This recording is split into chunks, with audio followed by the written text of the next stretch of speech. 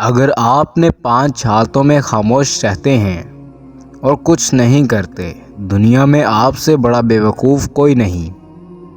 5 قسم کے حالات میں کبھی بھی خاموش نہ رہیں۔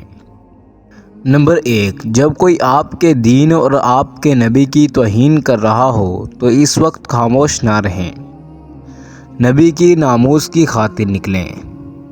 نمبر 2، جب کوئی کسی پر ظلم کر رہا ہو تو اس کو بطور بازو ہو، اگر یہ نہ ہو سکے تو کم از کم اپنی زبان سے کچھ بول دے، لیکن خاموش نہ رہے۔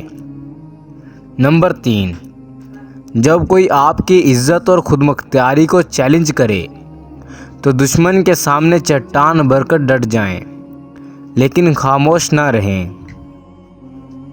نمبر 4، جب کوئی حق کی بات کر رہا ہو تو حق کے ساتھ کھڑے ہو جائیں اور باطل کا مقابلہ کریں، لیکن خاموش نہ رہیں۔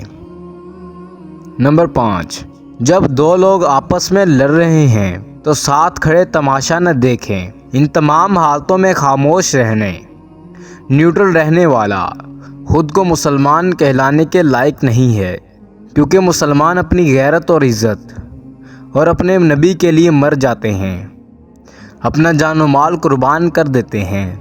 رات کی خاموشی کے آنسو کسی ضدی بچے کی طرح ہیں جو اپنے رب کی بارگاہ میں بات منواتے ہیں، اور اللہ اس لاڈلے کی بات کبھی رد نہیں کرتا۔ جب انسان پر اچھا وقت آتا ہے تو وہ بولنے والی چیزوں میں سب سے پہلے اپنی اوقات بھولتا ہے۔ احمق شخص میں بات کو سمجھنے کی صلاحیت کم ہوتی ہے، اس لیے وہ زیادہ بولتا ہے اور کم سنتا ہے۔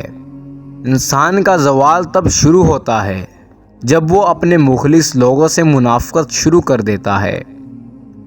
سانپ کے بچے بھی سانپ ہوتے ہیں، وہ اپنی فطرت پر ہی پروان چڑھتے ہیں۔